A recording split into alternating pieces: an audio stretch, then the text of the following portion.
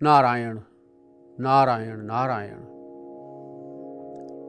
हमारा पूरा देश इस समय दीपावली पर्व के उत्साह में है और दीपावली हमारे देश का बहुत बड़ा पर्व है। ये खुशियों का है। कई महीनों से हम बरसात की चपेट में, कीचड़ की चपेट में, सूर्य की कमी की चपेट में रहते हैं। हमारी आत्मशक्ति भी कमज़ोर हो जाती है और बहुत सारा प्रदूषण फैल जाता है बरसात के दिनों में। वो बात अलग है कि बरसात भी हमारे काम की होती है, लेकिन जब भी कोई प्राकृतिक घटनाएं होती हैं तो हमारी पृथ्वी पर उनके अच्छे प्रभाव और उसके विपरीत प्रभाव भी पड़ते हैं।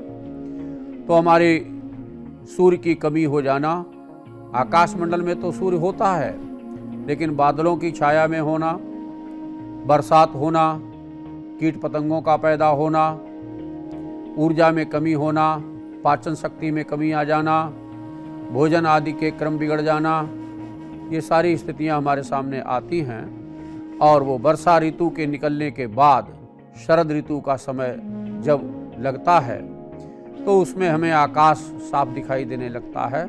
सूर्य नारायण हमें पूरी तरह से नज़र आने लगते हैं। उनका प्रकाश भी हमारे पास तक पूरी तरह पहुंचता है।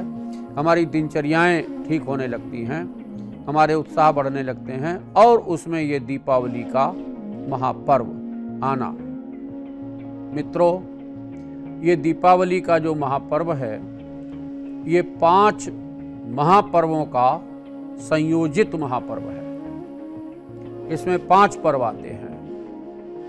धनत्रयोदशी से आरंभ हो जाते हैं ये पर्व और धनत्रयोदशी ये धनदा त्रयोदशी कहलाती है और इसमें हम धन्वंतरी जी महाराज का प्राकट्य भी हमारे शास्त्रों ने कहा है।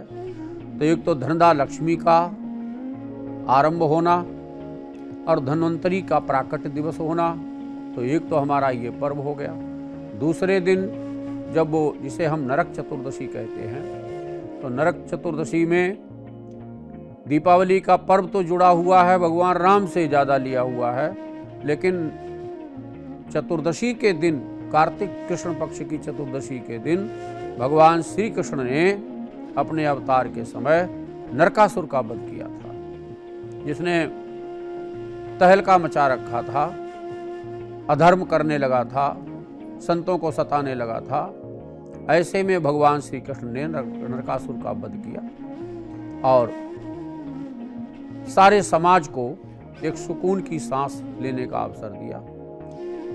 और जो दीपावली, जो अमावस्या है, इस पर महालक्ष्मी के पूजन की बात है और महालक्ष्मी के पूजन के अगले दिन, जिसे प्रतिपदा जब आती है, तो उसमें हम गोवर्धन भगवान का पूजन करते हैं, अन्नकूट का पर्व मनाते हैं और उसके अगले दिन द्वितीया आती है, जिसे हम यम द्वितीया भी कहते हैं, जिसे हम भ्रातृ द्वितीया भी कहते हैं। भाई बहनों के आपसी प्रेम, आपसी संरक्षण की भावना को लेकर के ये पर्व है।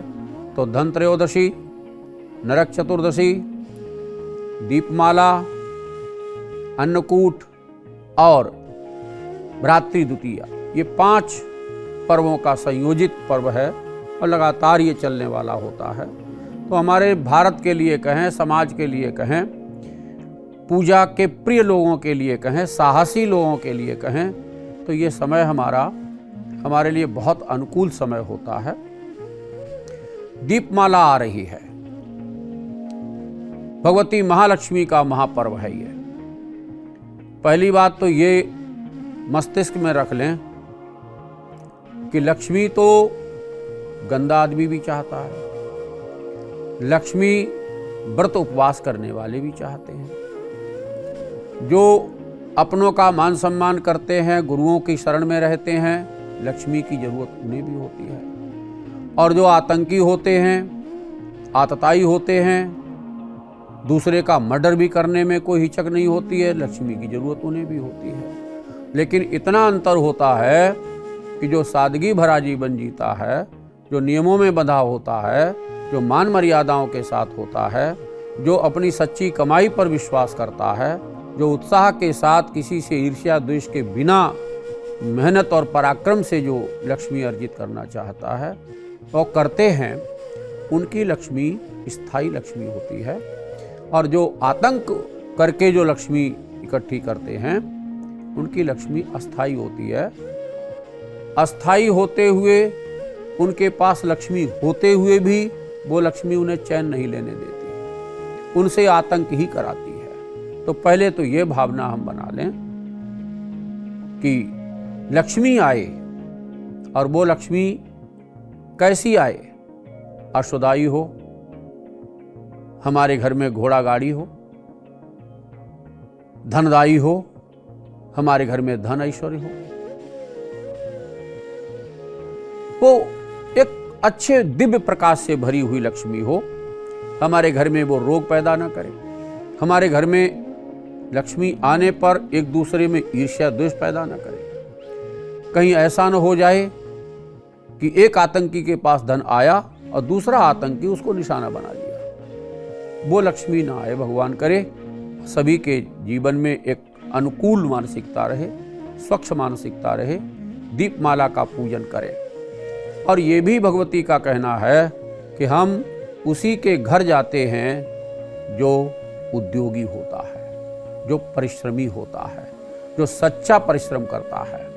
नकली परिश्रम करने वाले या दिशाहीन परिश्रम करने वालों के यहाँ मैं नहीं जाती हूँ तो मैं तो चला हूँ, चपला हूँ, मैं टिकती नहीं। किसी संत हृदय के पास तो हमारा टिकना होता है, लेकिन आतंकियों के पास हम टिकते नहीं हैं। और हम अगर टिक भी गए और वो कहीं संतानों वाले हैं, परिवारों वाले हैं, अपने आतंक से अपना वैभव बनाए हुए हैं, मैं उनका नाश करती हूँ। वो उनके यहाँ बहुत दरिद्रा बन करके बैठ जाती है। खैर, हम वहाँ नहीं जाते ज़्यादा, हम तो दीपमाला के पर्व की बात करते हैं। भगवती लक्ष्मी की आराधना हो और भगवान गणेश जी का सानिध्य हो। देखिए, चाहे लक्ष्मी हो, चाहे ब्रह्माणी हो और चाहे पार्वती हो, इनके पास कोई भी औरत संतान नहीं है। भगवान गणपति का भी माता पार्वती ने अपने पसीने की मैल से प्रकट किया था। और वो गणपति इतने बड़े नेता हुए, इतने बड़े बुद्धिमान हुए, इतने प्रभावी हुए कि पार्वती ने तो निर्माण ही किया था। पार्वती ने अपना बेटा माना, लक्ष्मी ने भी अपना बेटा माना और ब्रह्माणी ने भी अपना बेटा माना। तो जो लोग कई बार ये गलती कर जाते हैं, भगवती महालक्ष्मी की पूजा करते समय दिशा का ध्यान नहीं रहता। बहुत सारे के मन में ये होता है कि वो लक्ष्मी जी गणेश जी की पत्नी हैं, नहीं मालूम है, उन्हें बताया नहीं गया, तो वो बाईं तरफ, गणेश जी के बाईं तरफ लक्ष्मी की स्थापना कर देते हैं। ऐसा न करें, ये माँ बेटे का संबंध है। और भगवान गणपति के दाहिने माता को स्थान दें। बढ़िया सुंदर तरीके से, पहले तो प्रसन्नता हो, घर में स्वच्छता हो, आपसी तालमेल हो, कोई विरोधाभास न हो, चेहरे पर मुस्कान हो और सुख समृद्धि की कामना हो, बेईमानी भी न हो और देवता में निष्ठा हो। जो माँ लक्ष्मी हम पर कृपा करके हमारी गरीबी खत्म करेगी, उनका हम तहे दिल से स्वागत करते हुए, क्योंकि महापर्व है और एक रहस्य है इसमें। चाहे वो धन त्रयोदशी हो, यमराज का दिन है, चाहे वो नरक चतुर्दशी हो, यमराज का दिन है, चाहे वो अमावस्या हो, यमराज का दिन है। तो ये 3 दिन के जो पर्व हैं, ये हमको ये सूचना देते हैं कि धरती पर रहते हुए हमें वो कर्म करने हैं कि जिससे हमको यमराज की यातना न सहनी पड़े। यमराज के द्वारा दिए हुए दंड हमें लोकों में बर्बाद करते रहते हैं। तो उससे हम बचें, और उससे बचने का तरीका सीधा यही है। भगवती कहती है, बसामि नित्यम सुभगे प्रगल्भगे, सुभगे प्रगल्भे। मैं कहाँ रहती हूँ? जो दक्ष हैं, जो ऐश्वर्यवान लोग हैं, जो सच्चाई से जीवन जीते हैं, दक्षे नरे, जो अपने में कुशल है, जो योग्य है, हम उसके यहाँ निवास करते हैं। और फिर वो कहती हैं कर्मणि वर्तमाने, जो सही दिशा में किए जाने वाले कर्मों में लगा होता है, जिन्हें शास्त्र सम्मत भी कहें, गुरु सम्मत भी कहें, माता पिता सम्मत भी कहें, पास पड़ोस का सम्मत भी कहें, जिससे किसी को कष्ट न हो और जिससे जिस कर्म को देखकर किसी को प्रेरणाएं मिलती हों, ऐसा कर्म जो करते हैं, भगवती महालक्ष्मी कहती है मैं उनके यहाँ निवास करती हूँ। दूसरी बात कही अक्रोधने, जो गुस्से बाज नहीं है, जिसका बौद्धिक संतुलन होता है, जो गुस्सा नहीं करता, गुस्से की स्थिति पर भी जो अपनी बौद्धिक कुशलता का प्रयोग करता हुआ वहाँ उसको भी सामंजस्य बिठा लेता है, चेहरे पर मुस्कान रखता है, मैं उसके यहाँ निवास करती हूँ। जो समझौतावादी है, हम उसके यहाँ निवास करते हैं। भगवती महालक्ष्मी का एक और है कहना देव परे, अगला कहना कृतज्ञ, जो किसी का लेकर मानता है, किसी के द्वारा किए हुए उपकार को जो सदैव स्वीकारता है, भूलता नहीं है। और देव परे, जिसके अंदर देवता के प्रति निष्ठा होती है, मैं उनके यहाँ निवास करती हूँ। तो भगवती महालक्ष्मी सरल जीवन में प्रवेश करती है, सच्चे जीवन में प्रवेश करती है। और आप देखते हैं सुदामा जी को लीजिए, भगवान नारायण से प्यार करते हैं, गरीबी है, लेकिन सुदामा गरीबी महसूस नहीं करते। दुनिया के लोग कहते हैं कि वो गरीब है, लेकिन वो दुनिया की नज़रों में गरीब होता हुआ भी अंदर से आत्मा से बहुत धनी व्यक्ति था। और दुनिया की नज़र में भी परमपिता परमात्मा ने उनको धनी बना दिया। लेकिन जो आत्मा का धनी होता है वो भौतिक संपत्ति से ज़्यादा प्यार नहीं करता। सुदामा जी तो वो दिया हुआ भी भगवान का छोड़ते हुए समुद्र के किनारे चले गए, उन्हें तो परमात्मा से प्यार था। खैर, हम लोग भौतिक हैं, हमें तो पुत्र भी चाहिए, धन भी चाहिए, पत्नी भी चाहिए, ऐश्वर्य भी चाहिए, समाज भी चाहिए। हम उस पराकाष्ठा पर नहीं पहुँचे हैं जहाँ हम बीतराग हो जाएं। तो हमें धन चाहिए, तो सीधा यही है, सच्ची कर्मण्यता हमारे जीवन में बनी रहे और हम देवों का मान करते रहें, देवतुल्य माता पिता का मान करते रहें, देवतुल्य अपने दादा दादी का मान करते रहें। लक्ष्मी हमारा पीछा नहीं छोड़ेगी, लक्ष्मी हमारे पीछे पीछे चलेगी। पूजा की जो विधि की बात करें, करना ही चाहिए। पूजा की विधि कोई बहुत कठिन नहीं है। हाँ, बात अलग है, हमारे ऋषियों के द्वारा जो वेदों में जो मंत्र पूजा के कहे गए हैं वो थोड़े से इस समय अप्रचलित हैं, आम लोगों के वो मंत्र नहीं हैं, वो कुछ विशेष लोगों के मंत्र होते हैं जो उस तरह की भाषा का ज्ञान करते हैं, उस तरह की पढ़ाई करते हैं। तो वहाँ वैदिक मंत्रों का प्रयोग सबके बस का नहीं होता। वो जानकार, जो ब्राह्मण जिसने कर्मकांड और वेद पढ़े हैं, गुरुओं की शरण में रहे हैं, उनको वो उच्चारण करना आता है। तो एक तो विधि ये है कि ब्राह्मण को बुलाएं, जानकार को बुलाएं, चालाकी न करें, चालाक ब्राह्मण न हो, दोनों में निष्ठा देवता के प्रति हो और दोनों ही श्रद्धा से भरे हुए हों। और भगवती का आप जैसे बैठे हैं ये ध्यान रखें कि दक्षिणाभिमुख आप धोखे से भी ना हो। आप पूर्वाभिमुख हो जाएं, आप उत्तराभिमुख हो जाएं। घर की स्थिति जैसी हो, जो दिशा दे रही हो, लेकिन दक्षिणाभिमुख से बचें। वो दिशा हमारे लिए कभी भी मान्य नहीं होती है। हम शोक सभाओं की जब बात करते हैं, जब हमारा जीवन किसी का साथ छोड़ देता है और उसके शोक में हम दक्षिण दिशा का मान करते हैं, उसके बाद हम दक्षिण दिशा से डर बना रहना चाहिए। यमराज की दिशा है और यमराज की यातनाओं से बचने के लिए हमें पूर्व दिशा के काम करना चाहिए, हमें उत्तर दिशा के कार्य करना चाहिए, हमें पश्चिम दिशा के कार्य करना चाहिए। ये शुभ कर्म है। इनमें अगर हम बने रहेंगे तो भगवती लक्ष्मी हमारा साथ नहीं छोड़ेगी, हमारी मुस्कान हमारा साथ नहीं छोड़ेगी, हमारा स्वास्थ्य हमारा साथ नहीं छोड़ेगा, समाज हमारा साथ नहीं छोड़ेगा, लोगों के प्यार हमारा साथ नहीं छोड़ेंगे। ब्राह्मण को बुलाएं, चौकी रखें, चौकी पर लाल या पीला कपड़ा बिछा लें। और अगर आप पूरब को मुंह किए बैठे हुए हैं तो देवता का मुंह पश्चिम को हो जाएगा, वो आपकी तरफ हो जाएगा। और पहले गणेश जी को अपने दाहिने तरफ, जो हमारा दाहिना हाथ पड़ता है उस तरफ पश्चिमाभिमुख, अगर आप पूरब को मुंह करके बैठे हैं तो अपनी तरफ गणेश जी को स्थापित करें और गणेश जी के दाहिने भगवती माँ लक्ष्मी को स्थापित करें। और उसके साथ संग में धन कुबेर, जो हमारे कोष के देवता हैं, जो भंडार के देवता हैं, तो धन के देवता हैं, उनको भी स्थापित करें, क्योंकि लक्ष्मी के चरणों में कुबेर रहते हैं, उनको स्थापित करें।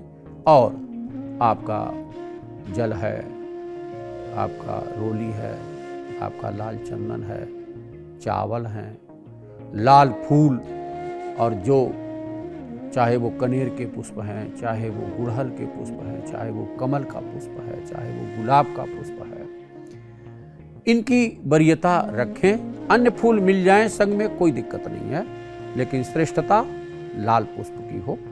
और चाहे वो गणेश जी हों, चाहे वो लक्ष्मी हो, चाहे कुबेर हो, इनको लाल पुष्प बहुत पसंद है। भगवती का गणेश जी के साथ उनका ध्यान करें। मंत्र याद हैं, बहुत अच्छी बात है। नहीं मंत्र याद हैं तो भगवान गणपति को प्रणाम है मेरा। भगवान गणपति को हम रोली लगा रहे हैं, भगवान गणपति को हम अक्षत दे रहे हैं, भगवान गणपति को हम वस्त्र पहना रहे हैं, वो हमारा स्वीकार करें। श्री गणेशाय नमः, श्री गणपतये नमः, ऐसा कहते हुए भगवती लक्ष्मी के लिए भी ऐसा ही प्रयोग कर लें। उनको धूप है, दीप है, भोग है, इत्र है, पुष्प हैं, फल हैं। फलों में अनार और शरीफा का फल माता लक्ष्मी को बहुत प्रिय माना जाता है, क्योंकि अनार शक्ति का वर्धक है और बहुत बड़ा वर्धक है। हमारे ब्लड को सीधा देने वाला है अनार का रस। तो और भगवती गौरांगिनी है, भगवती लाल वस्त्र धारण करती है, तो उसी से मिलते हुए हम उनको दे। शरीफा का विज्ञान क्या है हम नहीं जानते, लेकिन शरीफा भी भगवती लक्ष्मी के लिए बहुत प्रिय है। वो अर्पित करें, भगवती की आरती करें, उनको धूप दीप आरती करें, कपूर से आरती करें और उनके सामने बैठ करके उनको प्रणाम करें। अशुदाई, धनदाई, गोदाई, महाधने, धनम में जुस्ताम देवी, सर्व कामाश्च देहि में, हमारी कामनाओं की पूर्ति करो, प्रार्थना करें। और दीपमाला, दीपमाला ऐसा भी कहीं कहीं कहा है कि सरसों का तेल या मीठा तेल का बड़ा दीपक हो और वो चतुर्मुख हो, और कहीं तो ये कहा है कि चतुर्मुख बीच में रखें, अष्टदल बनाएं, उसके ऊपर रखें, और 13 दीपक छोटे से एक तरफ करें और 13 दीपक छोटे से दूसरी तरफ करें, बीच में वो चतुर्मुख हो। ऐसे हमारे 27 दीपक हो जाते हैं। और फिर वो जो दीपमाला जो जले, उनको खील है, पुष्प हैं, इस तरह से उनको पूजा करें, रोली, चावल, फूल आदि से और खीलों से, क्योंकि खील प्रसन्नता का प्रतीक है। खील के बहुत रहस्य हैं। सात्विकता का प्रतीक है, हमारे प्राणों के संवर्धन का प्रतीक है, हमारे अन्नों में सबसे पहला अन्न है। विश्व ब्रह्मांड का सबसे पहला अन्न चावल है, और उसी की खील जो जल में ही पैदा हुआ, धान जल में पैदा होता है और जल में ही सारी सृष्टि पैदा होती है, जल में ही भगवान नारायण का निवास होता है, जल में ही शेष भगवान निवास करते हैं। तो ये खीलों का प्रसन्नता के साथ उनको अर्पण करें, खिलौने भगवती को अर्पण करें और पूजा की सामग्री देते हुए, और दीपमाला जो हुई उनका पूजन करते हुए। मंत्र आता है बहुत अच्छी बात है, नहीं आता है तो दीपमालिकायै नमः, हम इस तरह से प्रार्थना करते हुए, और हमारे घर में सुख हो, समृद्धि हो, हमारी आत्मा प्रकाशित रहे, हम कभी कमजोर न पड़ें, हमारी सद्बुद्धि बनी रहे। भगवान गणेश बुद्धि के देवता और समृद्धि के देवता माँ लक्ष्मी और हमारे भंडार की रक्षा करने का देवता कुबेर हैं। ये सदैव तीनों ही हमारे मस्तिष्क में, हमारे शरीर में, हमारी सांसों में निवास करें। हम कहीं हारे नहीं और हम कहीं बिगड़े नहीं। माता लक्ष्मी, भगवान गणेश और भगवान कुबेर आपके जीवन में धन धान्य भरें। पूजा जरूर करें, घर में तालमेल जरूर बैठाएं। और एक, चूंकि समय ज़्यादा हो रहा है, ज़्यादा समय नहीं होता है, लोगों को परेशानी होने लगती है, सुनने में भी दिक्कत होती है, तो ये बात बिल्कुल सच है। जिस घर की स्त्री मुस्कुराएगी, जिस घर की स्त्री संस्कारों से भरी होगी, जिस घर की स्त्री बड़ी से बड़ी समस्या को मुस्कुराते हुए समाधान करेगी, जिस घर की स्त्री संस्कारों से भरी होगी, जिस घर की स्त्री सही शिक्षा से परिपूर्ण होगी, जिस घर की स्त्री साफ सुथरा पसंद करेगी, जिस घर की स्त्री कभी भी गुस्से में नहीं आती, लक्ष्मी तो उस घर में निवास करेगी ही करेगी, कोई टाल ही नहीं सकता। लक्ष्मी के साथ नारायण भी भागे चले आएंगे, क्योंकि जहाँ प्रेम है, जहाँ सौहार्द है, जहाँ सरलता है, जहाँ कपट नहीं है, जहाँ ईर्ष्या द्वेष नहीं है, भगवान नारायण वहाँ। सीधी बात है, चाहे भगवान नारायण आते हों, चाहे हमारी आत्मा की शुद्धि होने से हमारी बुद्धि ठीक काम करती हो, कुछ भी मान ले, परमात्मा तो व्यापक है। वो अणुरणीयान है, मैं तो महियान है, हमारी सांसों में है, हमारे शब्दों में है, हमारे सूंघने में है, हमारे चलने में है, हमारे छूने में है। आकाश है तो परमात्मा है, वायु है तो परमात्मा है, सूर्य है तो परमात्मा है, सब जगह परमात्मा है। पर हमें अपनी ऊर्जा को सदैव अच्छी दिशा में ले जाने का है। तो जो स्त्रियां हैं, मेरा निवेदन है कि आप सकारात्मक रहें, क्योंकि आपसे ही धरती का पूरा संचालन है। आप पुत्रों को संस्कार देने वाली हैं, बच्चों को जन्म देने वाली हैं, आदमी को साहस देने वाली हैं। घर में जो गृहस्थी का संचालन है, पैसे का खर्च करना, पैसे की आवक होना, ये सब आप पर निर्भर है। आप सरल हों, मुस्कराएं, आपका जीवन खुशी से भरे और आप सुखमय हों। हरि ओम तत्सत, हरि ओम तत्सत, हरि ओम तत्सत। ओम।